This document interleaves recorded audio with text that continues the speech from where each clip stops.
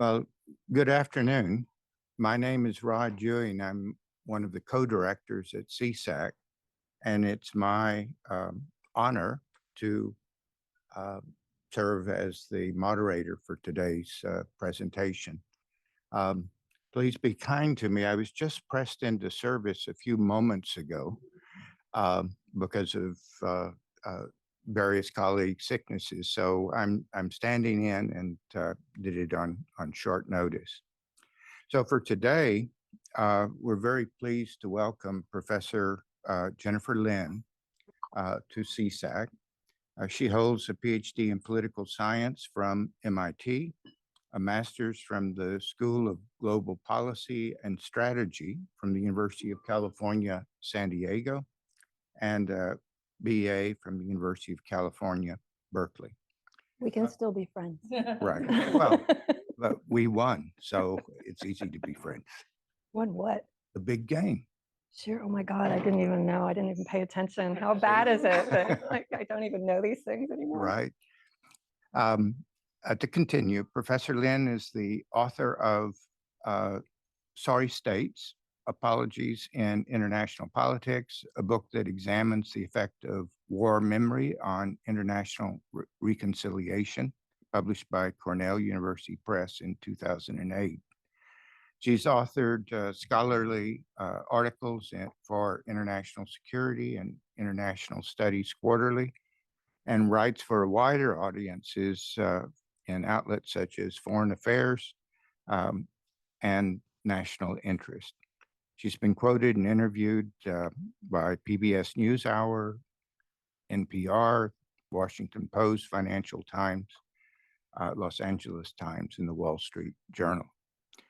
She's affiliated with the Reischauer Institute of Japanese Studies at Harvard, as well as Chatham House at London.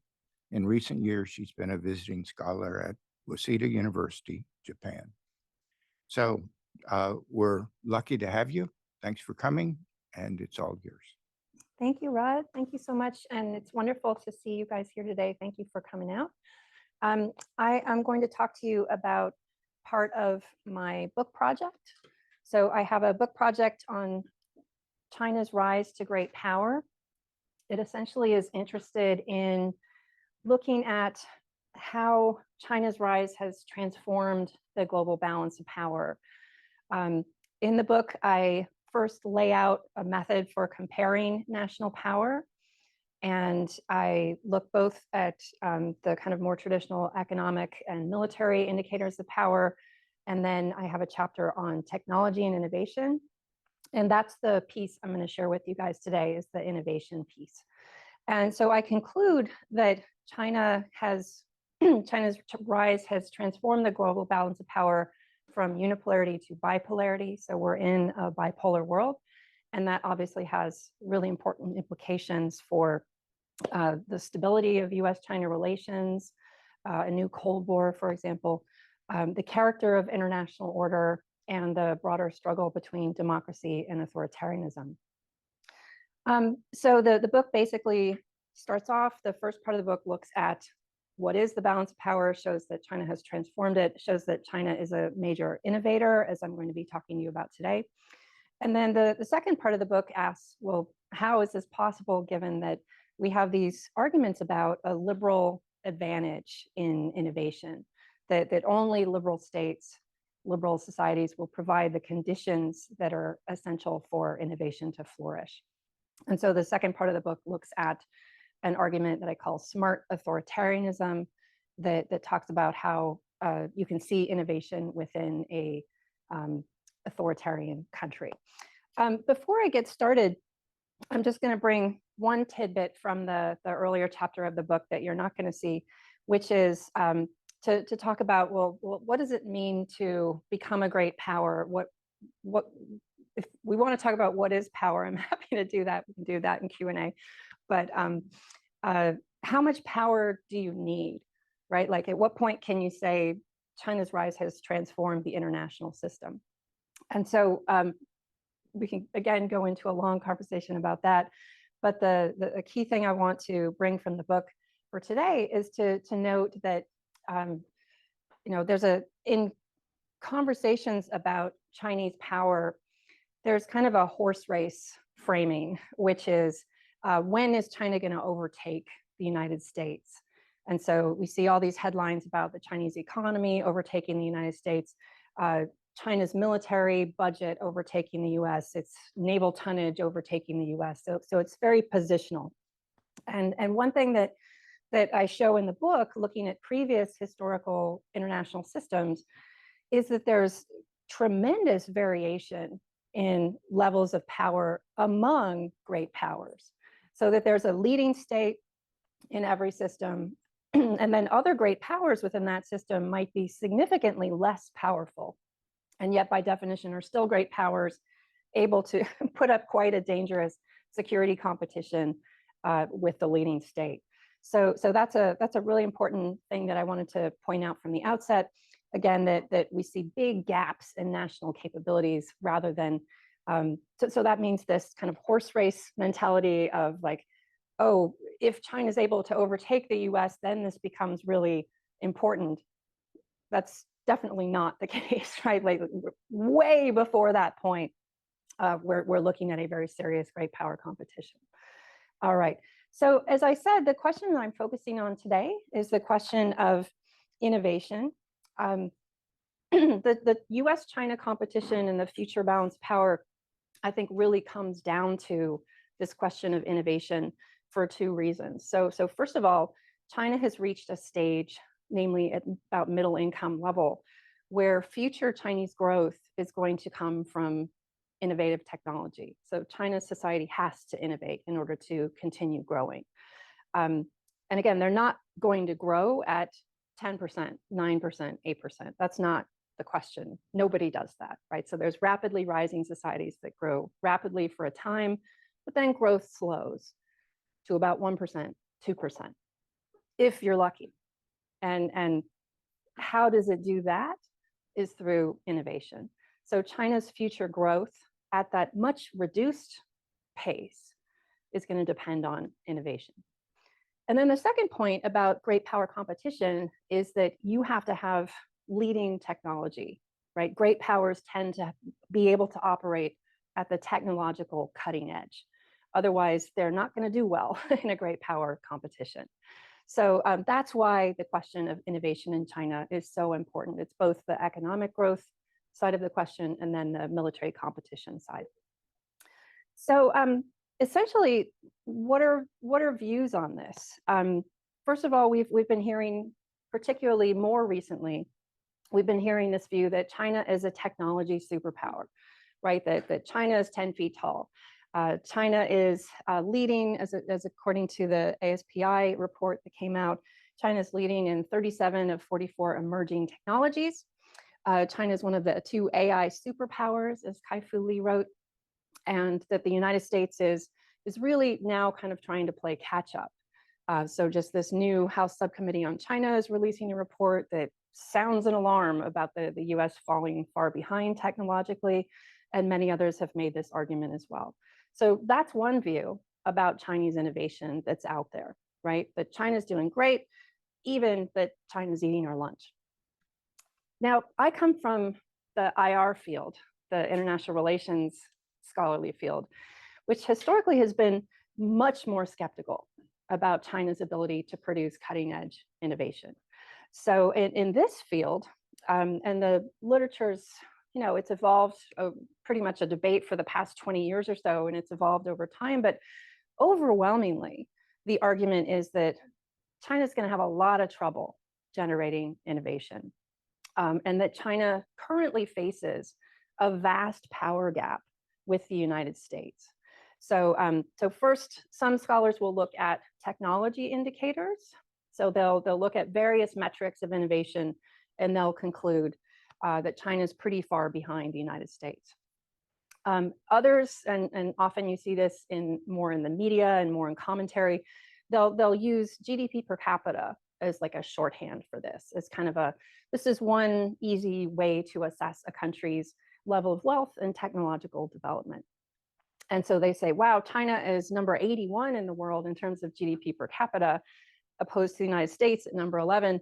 That's a big gap. And so we don't have to worry about that for a long time, right? That's a big gap. And then the other argument that you hear is China's going to have a lot of trouble closing this gap, right? The argument is that because of its authoritarian political institutions, it's at a significant disadvantage. You hear lots of people in the IR literature making this argument, and they're drawing on a really impressively large and influential tradition in development economics that emphasizes the role of institutions in a country's economic development, and particularly in innovation. All right. So let me get to my argument, which is my argument. What I'm going to argue for you today is that China has risen to rank among the world's most innovative countries. It's not the most innovative. On most metrics, you see you'll see some graphs where the US and Japan are kind of up here, and then there's sort of a clump of the other leading economies. And essentially, China has joined the clump and now is risen to the top of that clump.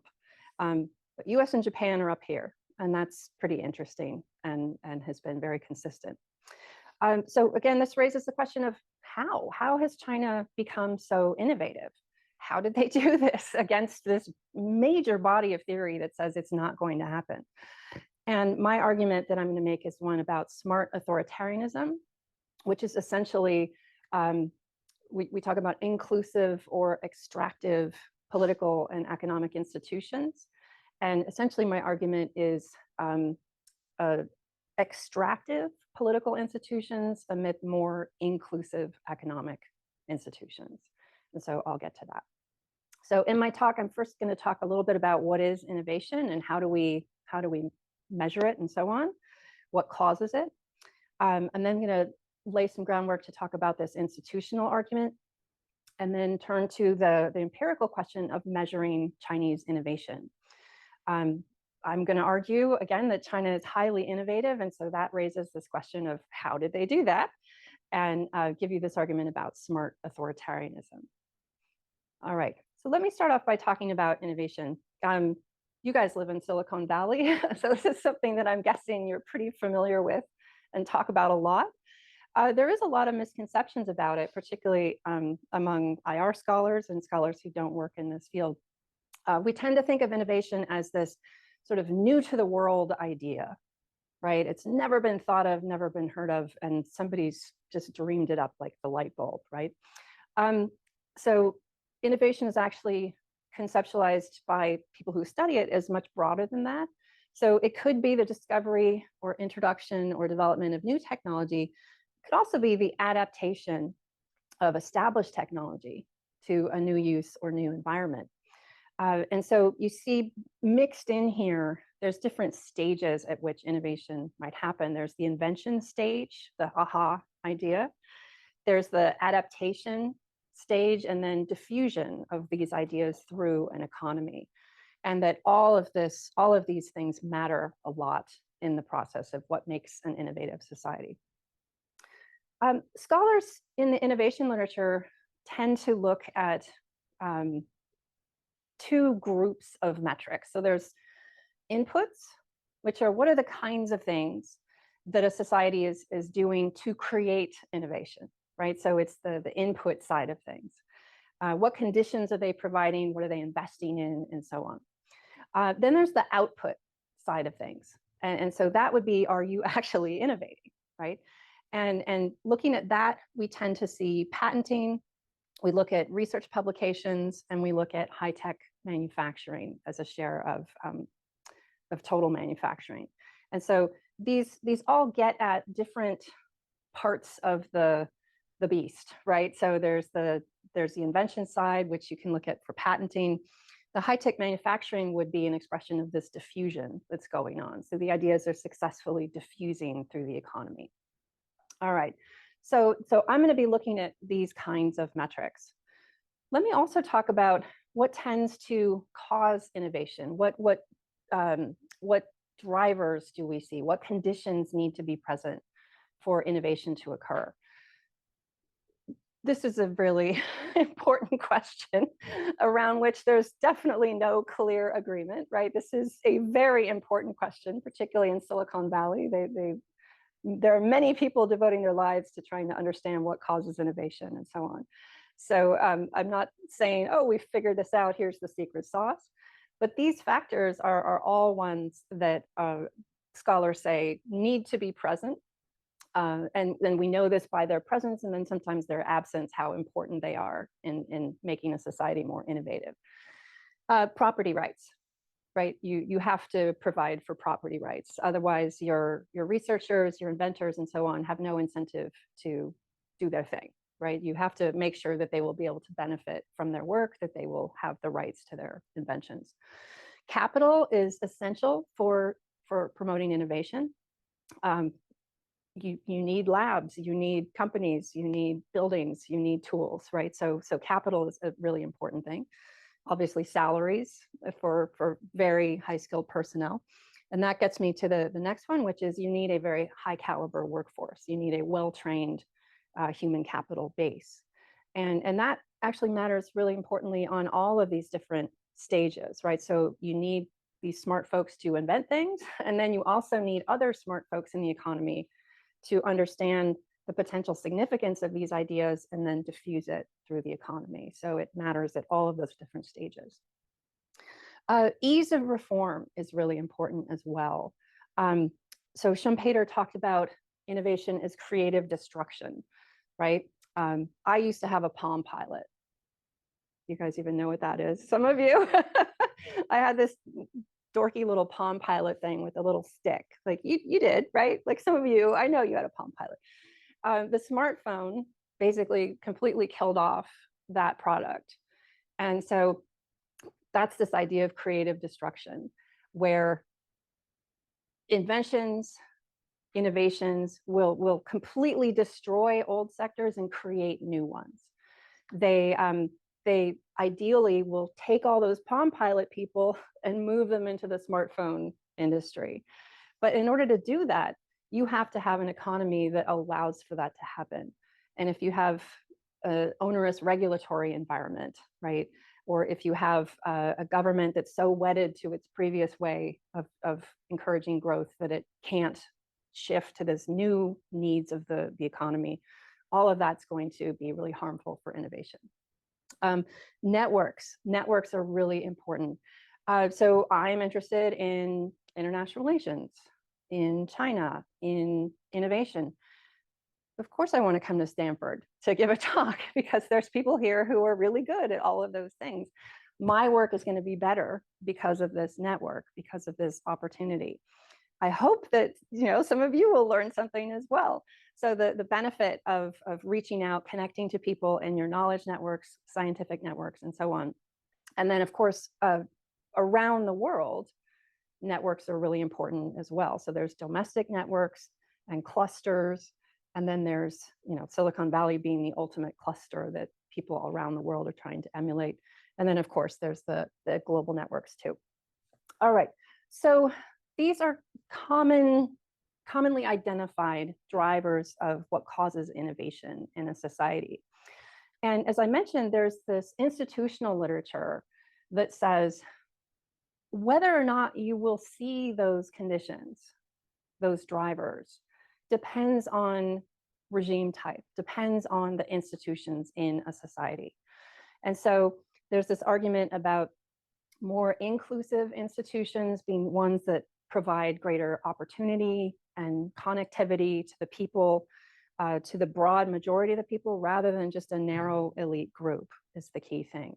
So there's inclusive institutions as opposed to extractive institutions. And the argument is essentially that inclusive institutions and democracies create the conditions that are conducive to innovation, and that the authoritarian countries with extractive institutions will undermine innovation because they're unable to provide these conditions. So, so just in a nutshell, what this means is they identify different mechanisms for how this occurs. So democracies, for example, are said to provide greater constraints on leaders. And so prevention of expropriation is conducive for property rights. This also, if you have constraints on leaders, so they're not going to be expropriating, that encourages a better investment environment. So investors will feel safe investing their money, leading to capital being available. Democracies are also said to be superior at public goods provision. So here, particularly emphasizing infrastructure and education. Also, civil servants in democracies, the civil service tends to be more professionalized, right? So more meritocratic, less corrupt than authoritarian countries. So the argument is that that's going to lead to this high-skilled workforce. Democracies are said to be more flexible, better able to reform, that they won't have those as strong as these entrenched elite interests, that the elites in autocracies are afraid of disrupting their kind of patterns of patronage and so on. And then democracies provide freedoms and civil society. So obviously civil society is a key source of networks. So you have academia, you have the media, you have all sorts of civil society programs, think tanks, and so on that help generate ideas and exchange ideas. And civil society is also said to be really important in terms of public policy making and specifically reform. So that if you have the involvement of civil society, you will have better policy making and better reform. So it gets at that too. And then finally, democracies are said to be more internationally open, facilitating those networks. Okay, so that's the argument for why there would be a democratic advantage. Again, in a nutshell, it's that democracies do a better job of providing these conditions under which innovation is said to thrive. Let me turn now to the question of how innovative is China. And again, using these metrics that I laid out earlier. So both the inputs and the output metrics. In the risk of creating chart blindness among my audience, I'm going to try and limit this to just a few, and I'm happy to show more in Q&A. The key thing for you guys is follow the red line. All right. So follow the red line in terms of looking at China's trajectory over time. All right. So I'll start with spending on R&D. And here is the percentage of GDP. And you see that over time, so basically in the past, definitely in the past 20 or so years, we see that China had started off at a pretty low base and has risen to be kind of now within this group. Of course, China's government is extremely committed to generating innovation and already has plans for growing R&D as a share of GDP above this. So that's one of the input indicators. Another one is science and technology PhDs. And here, again, we see a pretty remarkable change over the past 20 or so years, with China now second to the United States, and perhaps as data get updated, I think we'll probably see it's actually surpassed the United States in terms of number of science and technology PhDs. Now I want to turn to a few of the output indicators. So I'll start with patenting. Patenting is a really tricky indicator. I was just talking to your colleague, Kogane-san, and who's the resident patent expert here. And patenting is a really tricky one, and particularly in the case of China, you have to be really careful in terms of which metrics you're going to use, because basically you could paint very different pictures depending on which metrics that you use. I wanted to be pretty conservative here, so I wanted to use a more conservative metric that, if anything, would understate Chinese power. And so the metric that I use is called triadic patent families. And the triadic refers to patents that have been approved in 3 patent offices. So it's the US Patent Office, Japan's Patent Office. So if you have a problem with the data, talk to this guy over there. Japan's Patent Office and the EU Patent Office. So basically you can imagine that an invention needs to reach a pretty high threshold, right, in order to be improved in all of those pretty sophisticated patent offices.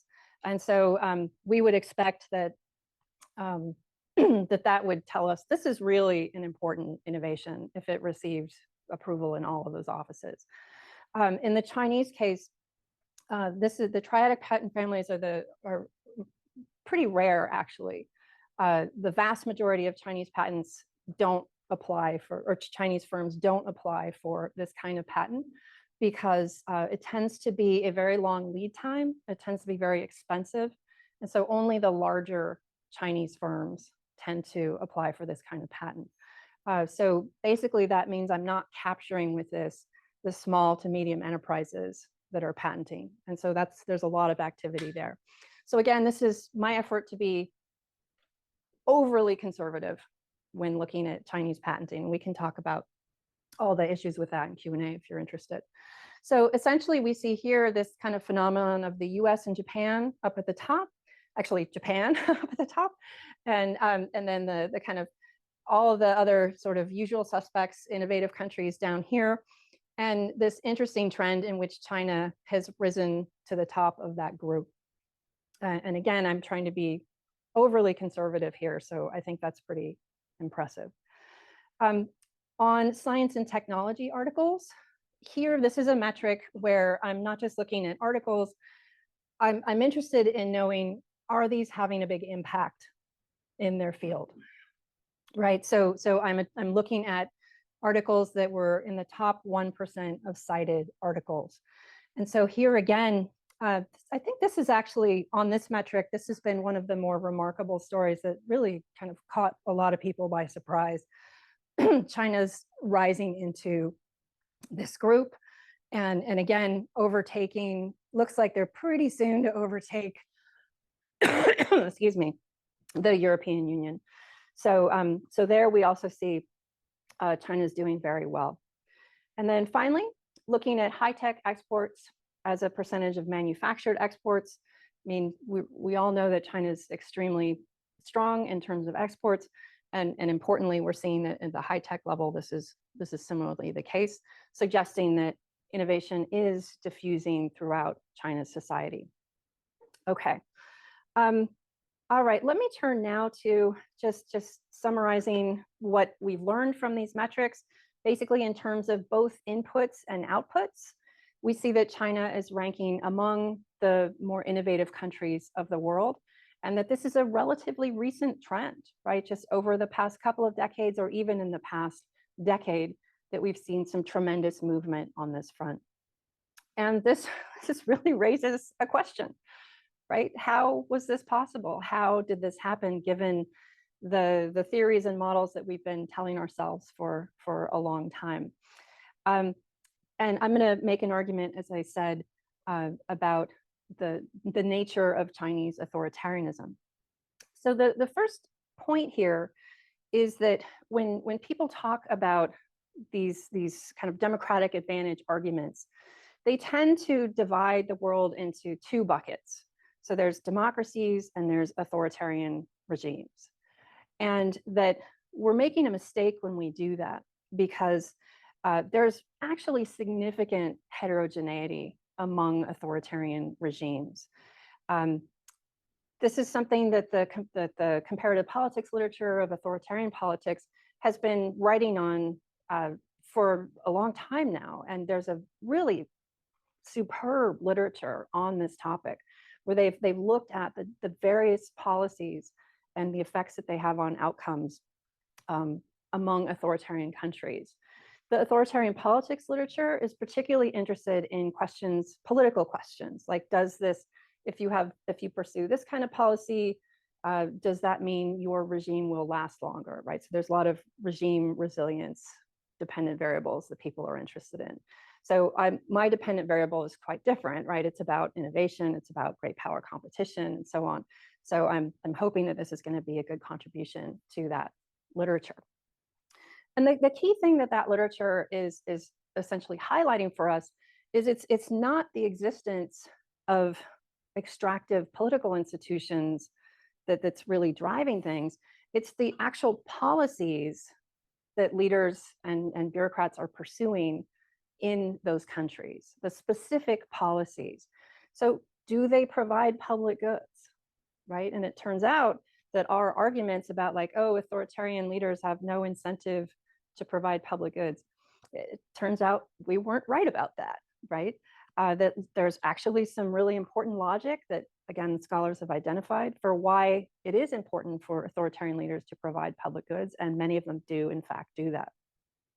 Same goes for property rights, for if there's a professionalized bureaucracy, if it's internationally open, do they have a civil society, and so on. All right, so again, it's the policies pursued within those authoritarian governments that will or will not create those conditions for innovation, right?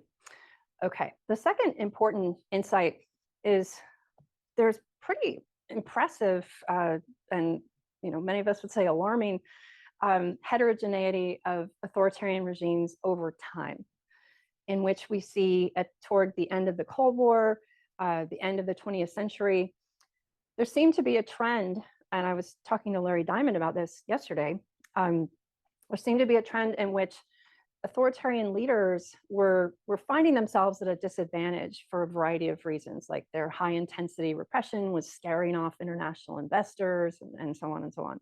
So, the argument and among many people at the time was, okay, well, I guess they'll lose power. But actually what they did was some of them lost power, but some of them adapted. And it's that adaptation that essentially created this sort of new authoritarianism that we're seeing. I think Singapore was one of the founders of this. That spread to China. It spread to many countries around the world, and many countries today, we're seeing this kind of fascinating political evolution in the Persian Gulf states, for example, Saudi Arabia, UAE. We're seeing a really interesting, and many would argue quite alarming, reinvention of what it means to be an authoritarian state that suggests more resilience and, for my purposes, a better capacity to innovate than what we had thought. So again, it's the authoritarians adapting to a globalized economy, to an information economy. Arguments that Graev and Treisman talked about in their Spin Dictators book, which I highly recommend. And so the new authoritarians, or whatever, the smart authoritarians, or whatever we want to call them, actually my favorite terminology is the vegetarian authoritarians. So that, I thought that was a good one, but it's too long to say. So anyway, so they tend to provide public goods. They tend to create a meritocratic civil service. They pursue international openness. They switch from high intensity, highly visible repression to low intensity repression. And so all of these, and of course, with China, they're discovering ways to do this with new technologies in ways that we never really kind of imagined. They also even provide for civil society. They allow civil society, even though it's a different kind and it's a highly constrained version of civil society. Okay, so let me now finish up and argue that in terms of its scale, which is an important dimension for great power, do you have a big economy? Do you have a big military? In terms of its scale, and then also in terms of its technological sophistication, China has emerged as a peer competitor, and this means that the unipolar moment, as we called it, is over. This has huge implications for the future of US alliances, for the character of international order, and for the future struggle between democracy and authoritarianism. My argument is that smart authoritarianism will enable innovation in ways that we didn't think possible in authoritarian states. This obviously has pretty big implications for these institutional theories of development. And also, there's a very large IR literature on what we call democratic difference that says democracies tend to have these different outcomes relative to autocracies. And so I would argue, I'm joining some other scholars who have just started making these kinds of arguments that say, we got to revisit this literature because certain kinds of autocracies have been shown to perform even better, or at least as well as democracies on many dimensions. And so the time has definitely come to explore, to move beyond those two buckets and to look at authoritarian heterogeneity on different questions, different variables that we care about. I'll stop there. Thank you so much.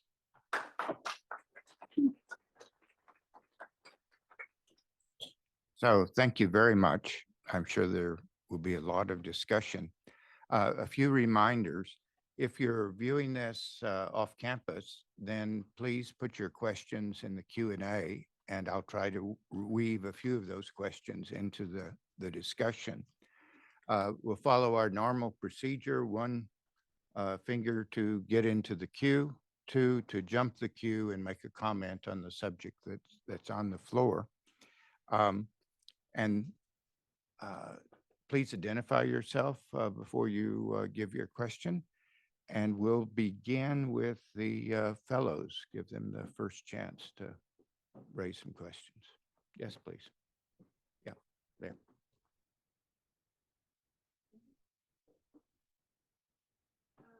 This was really interesting. I guess I have one consideration to add and then a question. First, regarding the citations as a metric for S&P articles, I think, like, did you look at policies for government-funded research in science and tech? Because in the U.S., there's a lot of research is funded by DoD, and there are restrictions for publishing. So particularly, like, I work in quantum sensing, so just as an example, like, I primarily cite a lot of Chinese work because published in open literature more than U.S. research. Obviously, I cite both, but tends to be more quicker, so there might be some reason behind that, and that might also affect patenting. So I don't know if you looked at that. And then I guess this is just one question, but would you consider the possibility that, in addition to China being able to achieve more or at least parallel more inclusive innovation, that the U.S. might be like moving towards more extractive innovation? And if not, it might be worth at least showing that it's not, just because if this is a comparative analysis, then that could be like one of the biggest weaknesses of some of people. What if the U.S. is at the same time becoming more extractive, and that would kind of flip the model? Yeah, thank you. On the first question, so the question of like, so if you're at national labs, are you allowed to publish your research and so on? And universities. Yeah, so I don't know how that would affect the U.S. position on a cross-national basis. Like I'm not familiar with what are the policies on that in Israel and Singapore and Japan. And so again, if you're right that if there is one country where a significant number of publications or a significant body of work is not being published and not being cited, then that country would seem to underperform if you're looking at that one metric. So so I'm not sure how the US, like the DoD or other restrictions, how big a limitation they would impose on the US relative to other countries' restrictions that they're imposing on their folks, and where China stacks up in this. So that's a fascinating question. So now I want to know this. But the bottom line again is, so it may be true that all countries are sort of generally similar this way. It might be that the US is actually a big outlier in either direction. Like maybe they're way more liberal or than other states, or maybe they're way more draconian. And so we're undercounting research. The key thing though is again, with this method of essentially triangulating, right? No one metric is pulling all the weight for us. And I mean, the bottom line is the US is still in the lead, right? So we're clearly not holding back too much, right? I mean, it might be the gap is even bigger. But again, we'd have to know, like, how does US policy kind of slant, either dampen or encourage the US metric to be higher. On just quickly on, this is a huge issue, but just quickly on your question about changes in US innovation systems and US innovation policy.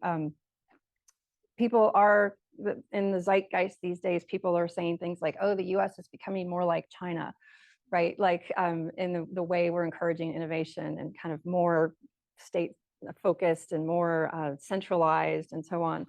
I don't know if I wouldn't describe that as extractive. I would describe it as like more state focused, or in the economic context, maybe we would call it mercantilist. But again, this is something that,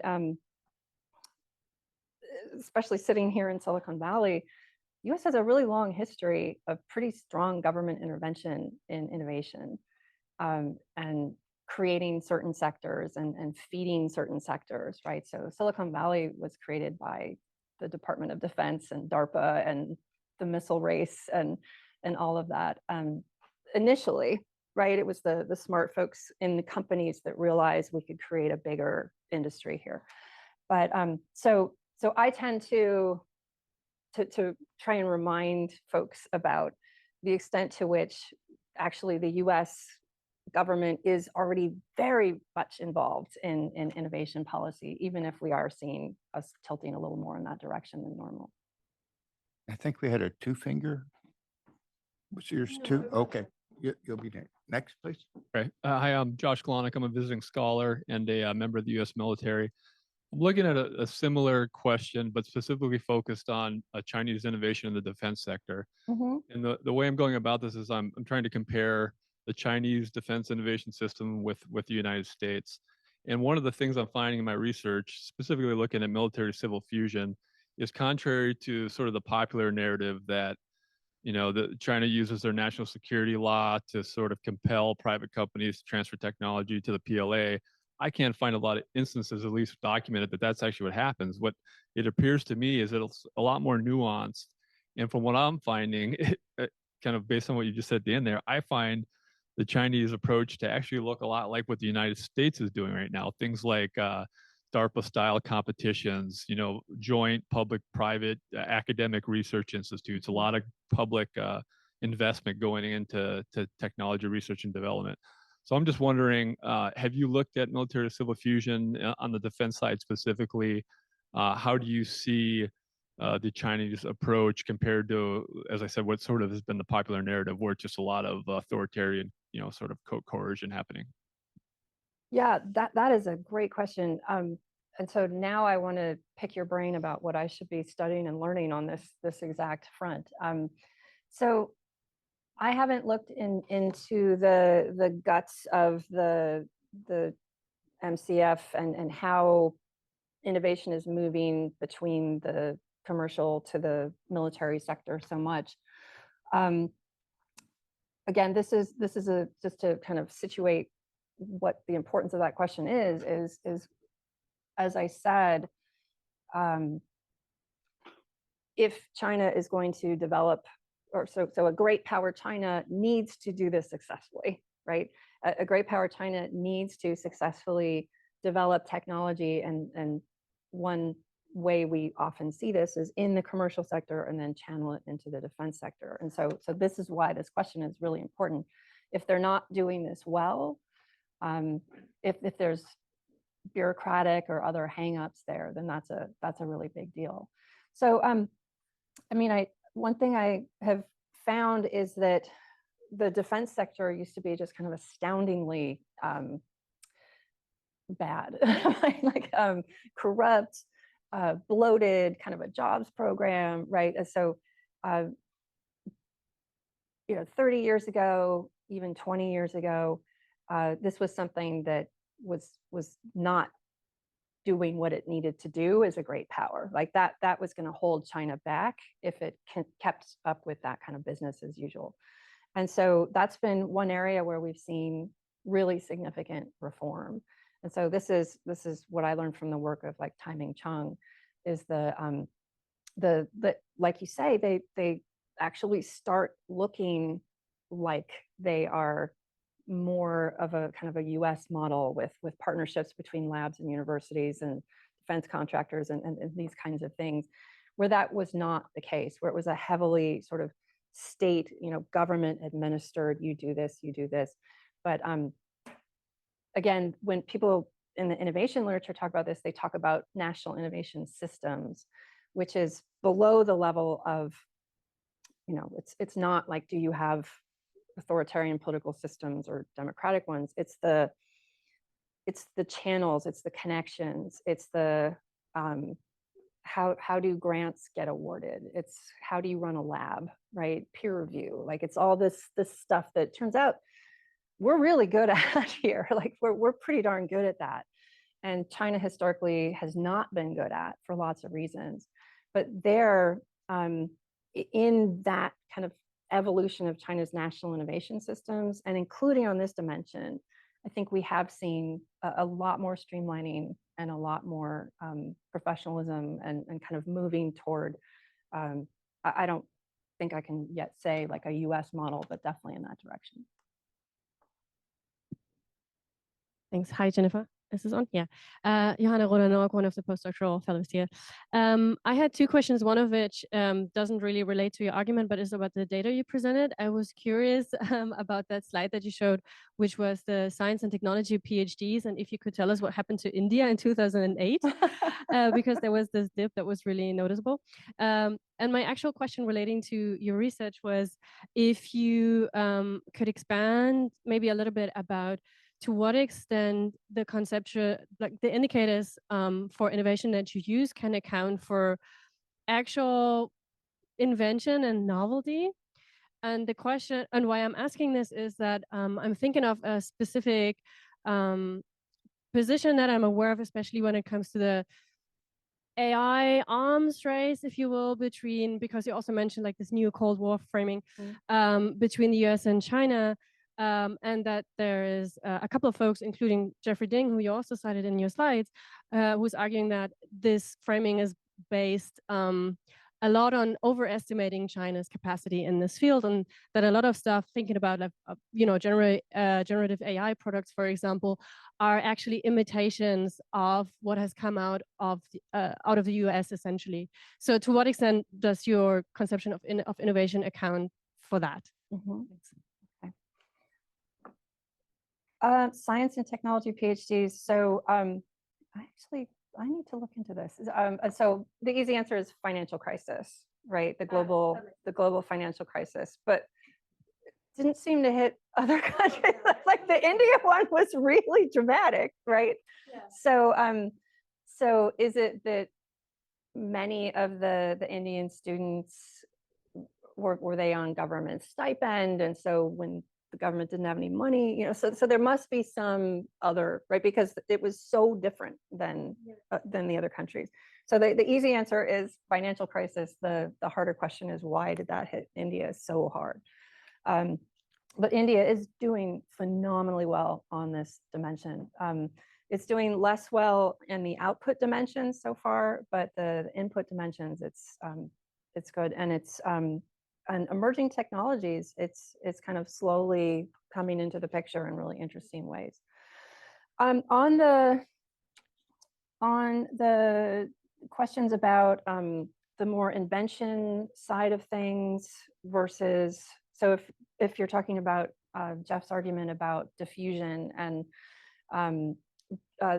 Jeffrey Ding is a wonderful scholar who writes on IR and technology, which is really rare, and we need more people who do this, because I hope I've convinced you that this is really important. So he has a book coming out, I think, with Princeton about kind of great power and technology. And then he's making an argument about when folks are looking at Chinese innovation, they're emphasizing the inventiveness piece at the expense of the diffusion piece.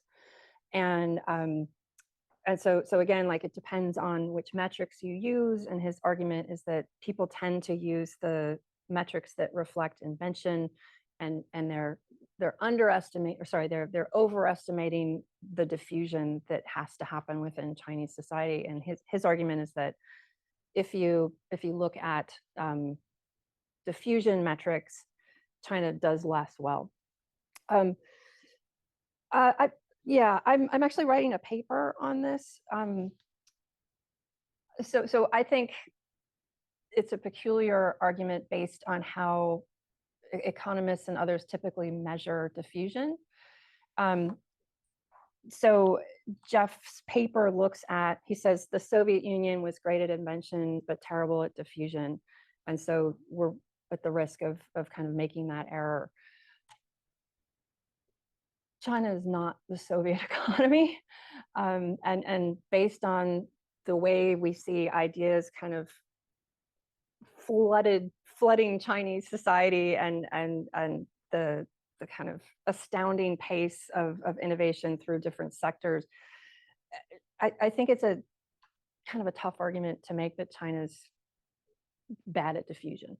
And particularly if you want to just argue it at the indicators level, scholars, chiefly economists who have written this, I have a couple colleagues at Dartmouth who are in this debate, they tend to look at when they've tested like what seems to correlate with a society's ability to diffuse technology. They say that the number one thing is actually high school graduates, number of high school graduates. And so it comes down again to this education issue. So high school graduates, university graduates, science and technology, PhDs, and so on. So China does really, really well. The Ding paper doesn't assign, he doesn't use this metric, which is odd, because again, it's the one metric that people say best captures diffusion. He actually uses that to measure invention. And it's essential, right? I mean, you need high quality human capital for invention. But anyway, so this is, I might be like really boring you on this paper that I'm writing. But anyway, so my argument is actually, I think we have really good reasons to think China's going to be really good at diffusion. And again, in the project here today, I tried to give you some metrics. We're looking at more inventive activities, and then with the high-tech manufacturers as a percent of overall manufacturers, that's an explicitly diffusion-oriented metric.